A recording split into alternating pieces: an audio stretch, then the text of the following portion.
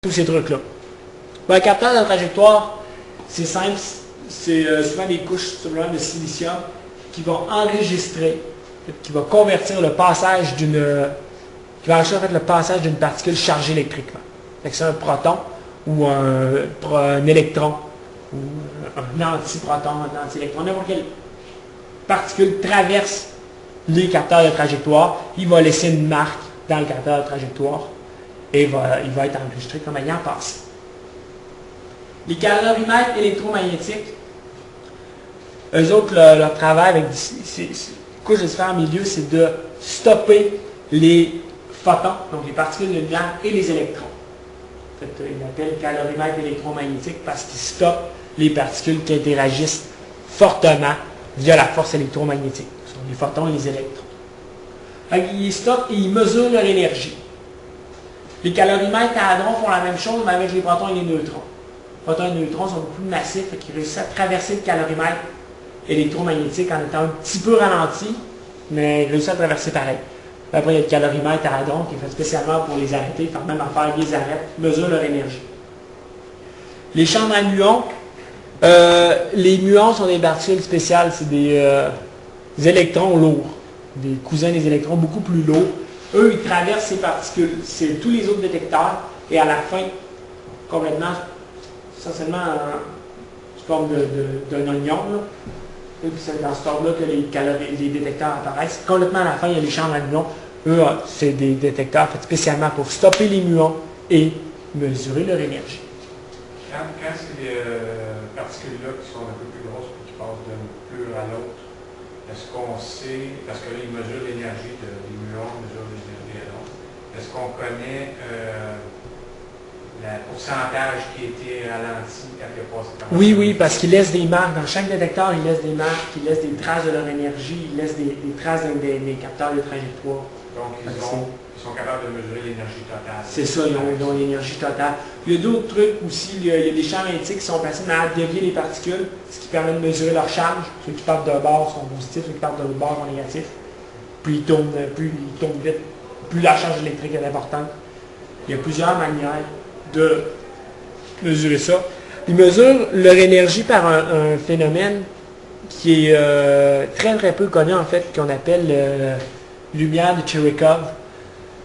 C'est lorsqu'une particule passe dans un milieu plus vite que la vitesse de la lumière dans ce milieu-là. Ce n'est pas une violation à la loi qui dit qu'on n'est pas censé dépasser la vitesse de la lumière. La vitesse de la lumière ultime, c'est la vitesse de la lumière dans le vide. Mais une particule peut passer dans un milieu plus vite que la lumière dans ce milieu-là.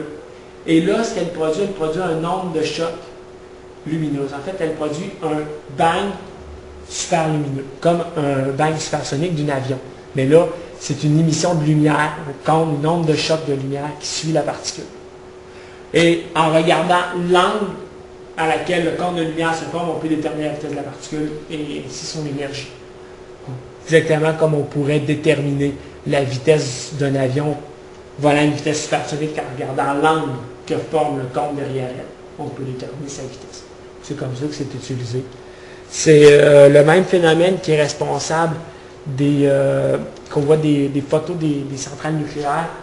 L'eau qui sert pour refroidir les matériaux radioactifs après le plutonium. Une espèce de lueur bleue autour des matériaux radioactifs. Ben c'est ça.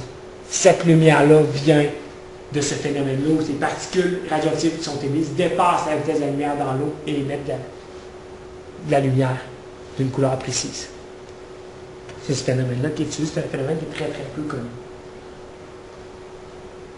La recherche principale à terre se concentre sur la recherche du boson de Higgs, qui est la particule manquante en ce moment au modèle standard des particules, et sur la théorie SUSY. SUSY, c'est pour supersymétrie. J'en parle tantôt en détail, quelle est cette théorie-là. Donc si on regarde l'image, à quoi ressemble le LHC.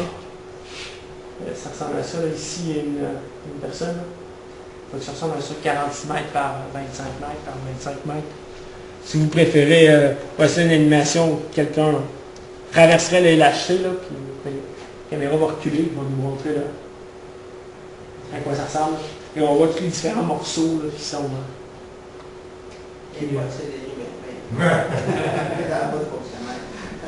Donc, on repart. On voit là, les différentes, les jaunes rouges, c'est toutes les différentes couches de détecteurs, différents types de détecteurs qui sont placés autour du. Belle machine. Grosse machine. CMS. 21 mètres par 15 mètres par 15 mètres, on décide de faire le plus compact celui-là. Sauf qu'il pèse de 12 500 tonnes. Il y a plus de fer dans le CMS que dans le Tour Eiffel. Il a été construit en France.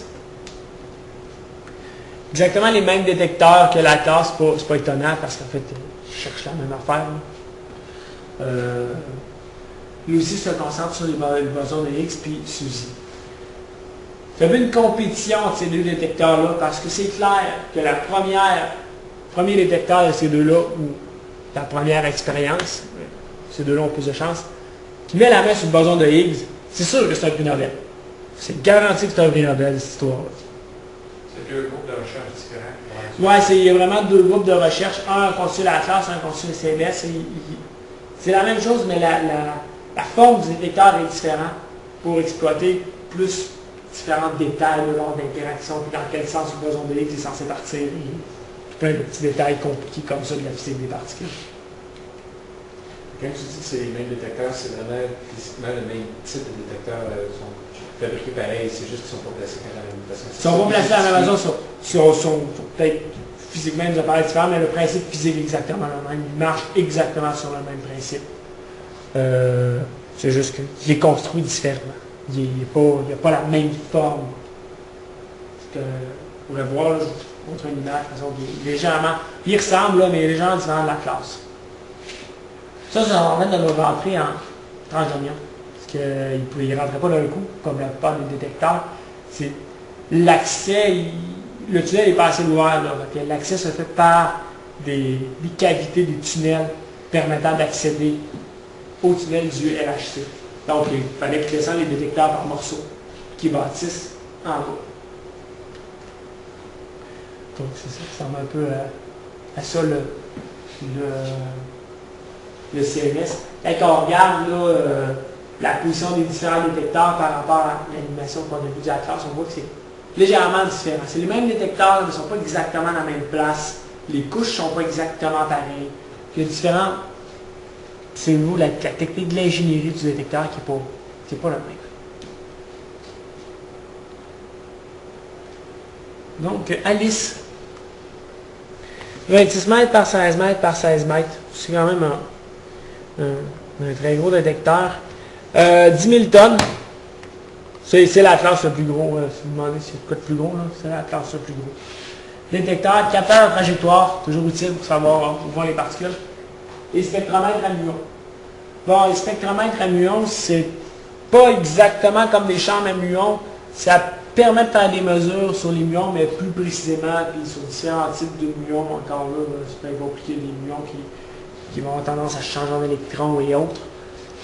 Ça va faire des mesures différentes et plus précises dans certains domaines au niveau de c'est quoi le muon, que transporte le muon qui vient de traverser le détecteur. Ces principales recherches se situent en fait au niveau du plasma quark-gluon. Je parle ici. Le détail c'est quoi, mais c'est l'état de la matière c'est le nom qu'on donne à l'état de la matière lorsque les particules, les quarks et les gluons